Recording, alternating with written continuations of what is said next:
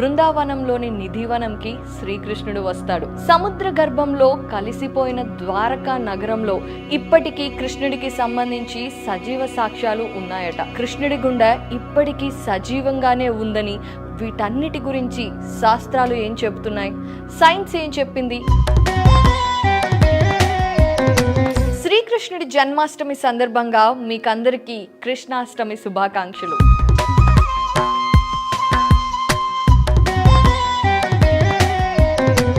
మనందరి ఇళ్ళకి శ్రీకృష్ణుడు వస్తాడని సాయంత్రం పూట వెన్న ముద్దలతో సహా ఆయనకిష్టమైన ప్రసాదాలు తయారు చేయటం, అలాగే ఆయనకిష్టమైన భజనలు పాడుతూ ఇంట్లోకి శ్రీకృష్ణుడిని ఆహ్వానిస్తూ బుడిబుడుగు అడుగులు వేస్తే ఆయన ఖచ్చితంగా మన ఇంటికి వచ్చి మనల్ని ఆశీర్వదిస్తారని అందరం నమ్ముతాం.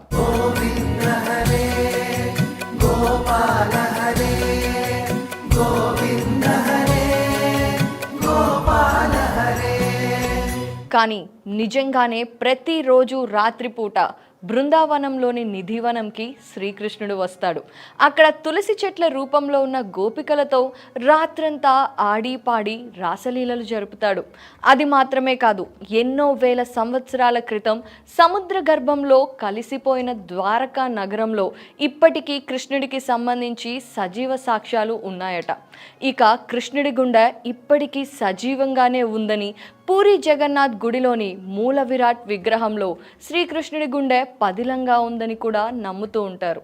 అసలు వీటన్నిటి గురించి శాస్త్రాలు ఏం చెప్తున్నాయి, సైన్స్ ఏం చెప్పింది, ఒకసారి చూద్దాం. హరి హరి హరి శ్రీ హరి నీ నామమే మాకు గతి, హరి హరి హరి శ్రీ హరి నీ నామమే సద్గతి. ముందుగా నిధివన్ గురించి మాట్లాడుకుంటే ఇది మధురా నగరం నుండి 15 కిలోమీటర్ల దూరంలో ఉంది. చిన్నప్పుడు శ్రీకృష్ణుడు ఆడిపాడిన ప్రదేశాలలో ఈ నిధివన్ కూడా ఒకటి. అందుకే ఇప్పటికీ కూడా శ్రీకృష్ణుడు ప్రతిరోజు రాత్రిపూట అక్కడికి వస్తాడు అని, అక్కడ గోపికలతో రాధతో ఆడిపాడి చక్కగా రాసలీలలు జరుపుతాడు అని అక్కడి ప్రజలు నమ్ముతూ ఉంటారు. అందుకే అక్కడ 6 దాటితే పూజారులు పూజలన్నీ పూర్తి చేసేసి ప్రతి గుడిని జాగ్రత్తగా మూసేసి తాళాలు వేస్తారు. అది మాత్రమే కాదండోయ్, అటువైపుకి ఎవరిని వెళ్ళనీయకుండా జాగ్రత్తగా చూస్తారు. ఇక్కడ జరిగే ఒక విచిత్రం ఏంటి అంటే, మామూలుగా ప్రతిరోజు ఉదయం నుండి సాయంత్రం వరకు అక్కడ ఎన్నో కోతులు తిరుగుతూ ఉంటాయి, ఆకాశంలో పక్షులు కూడా తిరుగుతూ ఉంటాయి. కానీ సాయంత్రం 6 దాటిన తర్వాత ఎవరో వాళ్ళకి చెప్పినట్టుగా అన్నీ అక్కడ నుండి వెళ్ళిపోతాయట. ఆకాశంలో పక్షులు కనపడవు, అలాగే నిధివన్లో ఏ జంతువు కూడా కనిపించదు. అవి కూడా కృష్ణుడి ఏకాంతాన్ని భంగపరచకూడదు అని ఇలా చేస్తాయి అని అందరూ నమ్ముతూ ఉంటారు. అలాగే ఇక్కడ నిధివన్లో అప్పుడప్పుడు వేణుగానంతో పాటు ఆడవాళ్ళ పట్టీల చప్పుడు కూడా వినిపిస్తుంది అని అక్కడి వారు చెబుతూ ఉంటారు. ఇక నిధివన్లో ఇలా జరుగుతుంది అని తెలిసిన తర్వాత కొంతమంది ఆకతాయిలు నిజంగానే అలా జరుగుతుందా అని తెలుసుకోవాలి అని ఫారెన్ నుండి కూడా కొంతమంది వచ్చి రాత్రిపూట అక్కడికి వెళ్ళాలని ప్రయత్నించారు. కానీ పూజారులు అక్కడి ప్రజలు చాలా గట్టిగా వారిని నిర్బంధించారు.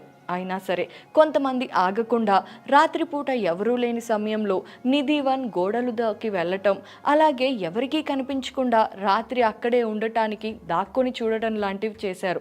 వాళ్ళందరిలో చాలామంది ప్రాణాలు కోల్పోయారట. ఇక కొంతమంది అయితే మూగవారు గుడ్డివారుగా అయ్యారట. ఇంకొంతమంది పిచ్చివాళ్ళుగా మారిపోయారట.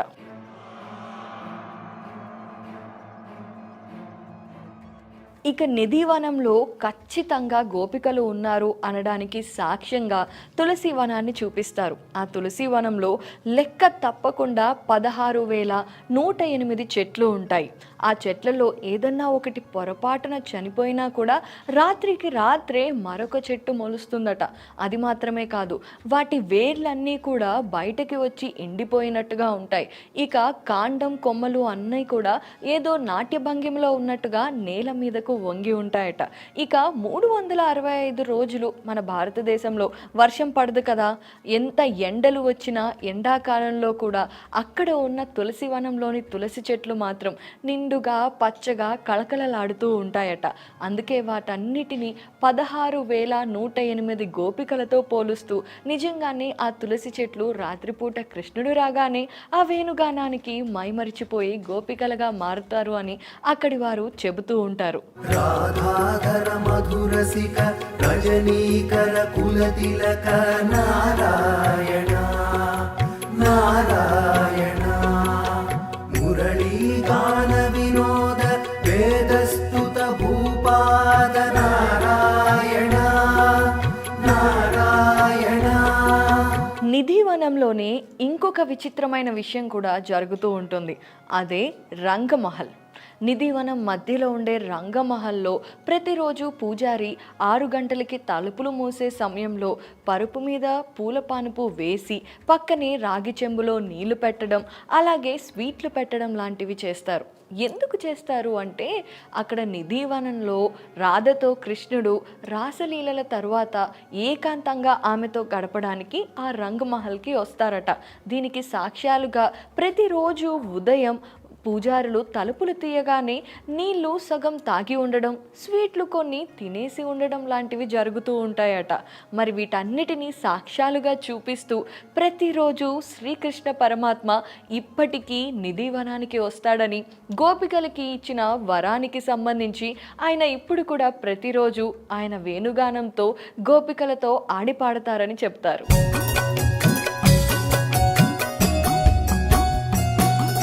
అసలు ఇవన్నీ నిజాలేనా, లేక అక్కడి ప్రజలు కావాలని కల్పించి ఇలాంటివి చెబుతున్నారా అని ఒక ఇంటర్నేషనల్ టీవీ సంస్థకి సందేహం వచ్చింది. నిజాలేంటో తెలుసుకోవాలి అని వెంటనే కెమెరా టీంతో సహా అక్కడ దిగారు. కానీ అక్కడ నియమాల ప్రకారం నిధివనంలోకి వారి కెమెరా టీంని అక్కడి వారు అస్సలు అలో చేయలేదు. కానీ తెల్లవారుజామున రంగమహల్ పూజారుల సమక్షంలో కెమెరా టీం సమక్షంలో తలుపులు తీయగా అక్కడ నీళ్లు నిజంగానే కొంచెం తక్కువ ఉండడం, స్వీట్లు తిని ఉండడం, అలాగే కృష్ణుడి కోసం రాధ కోసం వేసిన పూల పాన్పు చెల్లా చెదురుగా ఉండడంతో బహుశా ఇవి నిజమేమో అని టీవీ సంస్థ వారు కూడా నమ్మాల్సి వచ్చింది. ఇది మాత్రమే కాదు, నిధివనంలో ఉండే తులసి చెట్లు అన్నీ కూడా జంటగా ఉంటాయి. అలాగే అక్కడ ఒక కొలను కూడా ఉంటుంది. ఈ కొలనికి సంబంధించి కూడా ఒక అద్భుతమైన చరిత్ర ఉందట. ఒకప్పుడు గోపికలతో బాగా ఆడిపాడుతుండగా ఆ గోపికలలోని విశాఖకు బాగా దాహమైందట. కానీ అక్కడ ఎక్కడా నీళ్లు లేకపోవడంతో వెంటనే కృష్ణుడు ఆయన చేతి వేలుతో అక్కడ భూమి మీద ఒక చిన్న రంధ్రం చేయగా వెంటనే అక్కడ కొలను ఏర్పడింది. ఆ కొలంలోని నీటిని తాగి విశాఖ తన దాహం తీర్చుకుందట. నిధివనంలో ఇప్పటికీ ఆ కొలను ఉంది. ఆ కొలను పేరు విశాఖ.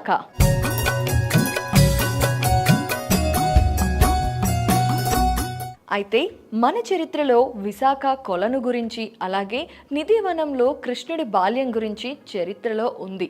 కాకపోతే ఇప్పుడు కూడా ప్రతిరోజు కృష్ణుడు వస్తాడు, గోపికలతో కలిసి రాసలీలలు జరుపుతాడు అని ప్రజలు నమ్మడానికి అక్కడ ఉన్న సాక్ష్యాలుగా చూపించేది మొదట తులసి చెట్లు. అలాగే సాయంత్రం 6 తర్వాత అక్కడ పక్షులు కానీ జంతువులు కానీ ఉండకపోవడం కూడా దీనికి సాక్ష్యమని అక్కడ ప్రజలు బలంగా చెప్తారు. ఏది ఏమైనా ఆ కృష్ణ పరమాత్మ ఒకప్పుడు నడియాడిన ఆ స్థలం ఇప్పటికీ ఎప్పటికీ పవిత్రమే. ఇక శ్రీకృష్ణుడికి సంబంధించిన మరో అద్భుతం ఏంటి అంటే ఇప్పటికీ ఆయన గుండె పూరి జగన్నాథ్ గుడిలోని మూల విరాట్ విగ్రహంలో ఉంది అని ప్రజలు నమ్మటం. అసలు దీనికి సంబంధించి ఒక కథ చాలా ప్రాచుర్యంలో ఉంది. అదేంటి అంటే కురుక్షేత్రం ముగిసిన తర్వాత గాంధారి యాదవ వంశం మొత్తాన్ని శపిస్తుంది. ఆమె శాపం తర్వాత 36 సంవత్సరాలకి నిజంగానే ఆమె శాపం ఫలించినట్టుగా యాదవ వంశంలోని ప్రతి ఒక్కరూ కూడా ఒకరినొకరు చంపుకుంటూ పోతున్నారు. ఈ విషయం రథసారథుల ద్వారా కృష్ణుడు తెలుసుకున్నాడు. ఆయన వెంటనే బలరాముడిని కలవడానికి రాగా ఆయన ధ్యానంలో ఉన్నాడు. కానీ కృష్ణుడు వచ్చిన మరుక్షణమే బలరాముడి ఆత్మ శేషనాగు రూపంలో ఆకాశంలోకి వెళ్ళి గాలిలో కలిసిపోవడం కృష్ణుడు చూశాడు. అప్పుడు తను కూడా తనువు చాలించాల్సిన సమయం వచ్చింది అని అనుకుని మెల్లగా అడవిలోకి వెళ్ళి ఒక చెట్టు కింద ఆలోచిస్తూ విశ్రాంతి తీసుకుంటున్న సమయంలో మీకందరికీ తెలిసినట్టుగానే జరా అనే వేటగాడు కృష్ణుడిని జంతువుగా అనుకొని ఆయన మీద బాణం వేయగా ఆ బాణం వచ్చి చిటికెన వేలుకి తగలడం, అలాగే కృష్ణుడు ప్రాణాలు వదలడం ఈ విషయాలు మనకి తెలిసిందే. కానీ ఇక్కడే అసలు విషయం, అసలు కథ మొదలవుతుంది. ఏంటి అంటే కృష్ణుడు మరణించిన తరువాత ఆ విషయం తెలుసుకున్న అర్జునుడు వెంటనే అక్కడికి వచ్చి కృష్ణ పరమాత్మకి అంతిమ సంస్కారాలు చేస్తారు. దహన సంస్కరణలు జరిగినప్పుడు చితిలో అన్ని అవయవాలు కాలిపోయినా కూడా నీలి రంగులో కృష్ణ పరమాత్మ గుండె మాత్రం వజ్రంలా మెరుస్తూ ఎటువంటి ఇబ్బంది లేకుండా కనిపించింది. అర్జునుడికి అప్పుడు ఏం చేయాలో అర్థం కాలేదు. అప్పుడు ఆ నీలి వస్తువుని ఆయన చేతిలోకి తీసుకొని దానిని ఎన్ని విధాలుగా సంస్కరణలు చేయాలని చూసినా ఆ నీలి వస్తువుకి ఏమీ కాలేదు. అదే శ్రీకృష్ణ పరమాత్మ గుండె అని చెబుతూ ఉంటారు. ఆయనకి ఏమి చేయాలో అర్థం కాక దేవుళ్ళని ప్రార్థించినప్పుడు ఆకాశవాణి పలికిందట.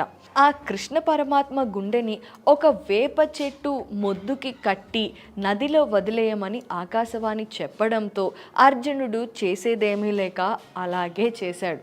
కానీ కొన్ని సంవత్సరాల తరువాత ఎవరైతే వేటగాడు శ్రీకృష్ణుడి కాలికి బాణం వేశాడో అతనే మరోసారి ఒక అటవీ జాతికి సంబంధించిన తెగలో బిస్వాబసు అనే పేరుతో పుట్టాడు.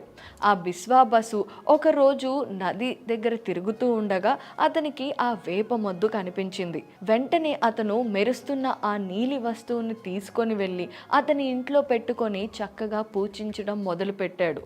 ఆ నీలి వస్తువు ఎంత కాంతివంతంగా ఉంది అంటే అది చూసిన ప్రతి ఒక్కరూ కూడా దానికి నమస్కారాలు పెడుతూ వెంటనే ఆధ్యాత్మికత భావనలో మునిగి తేలిపోతున్నారట.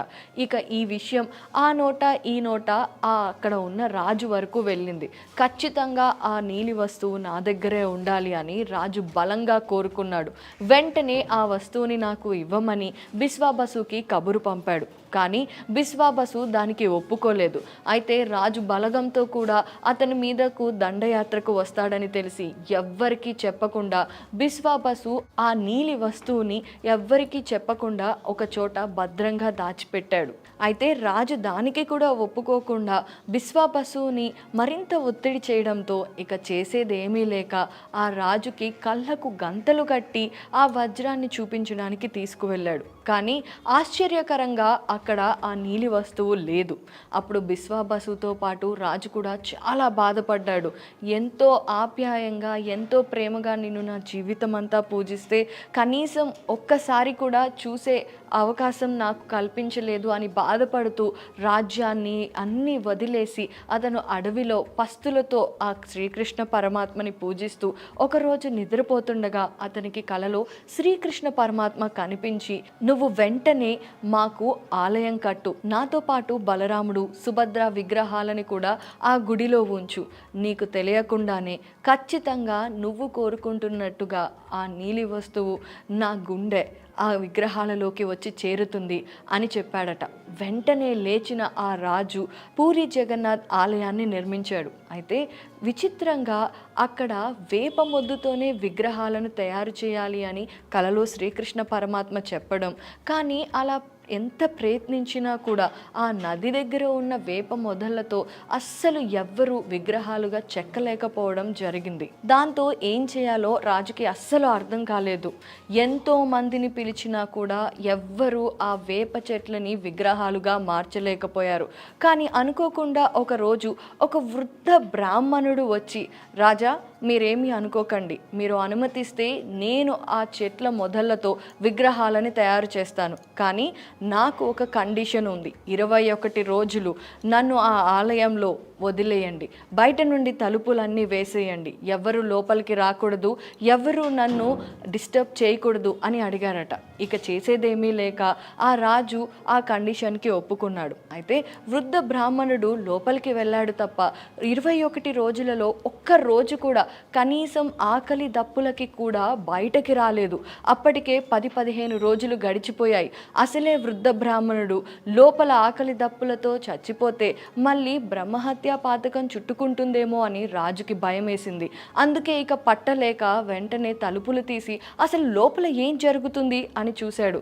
ఆశ్చర్యకరంగా తలుపులు తీయగానే ఆ వృద్ధ బ్రాహ్మణుడు మాయమైపోయాడు.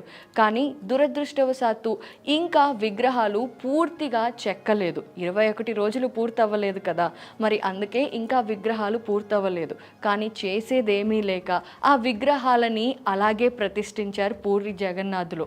అలాగే ఆ పూరి జగన్నాథ్ విగ్రహాలలో ఇప్పటికీ ఆ నీలి వస్తువు ఉంది. దానిని శ్రీకృష్ణ పరమాత్మ గుండెగా ప్రతి ఒక్కరూ భావిస్తారు. అలా ఆ బ్రాహ్మణుడు మాయమైపోవడం, ఆ తర్వాత పూర్తిగా విగ్రహాలు కాకపోవటం అయినా సరే వాటిని ప్రతిష్ఠించడం జరిగింది అని చెబుతూ ఉంటారు. అయితే అసలు ఇందులో నిజమెంత ఉంది?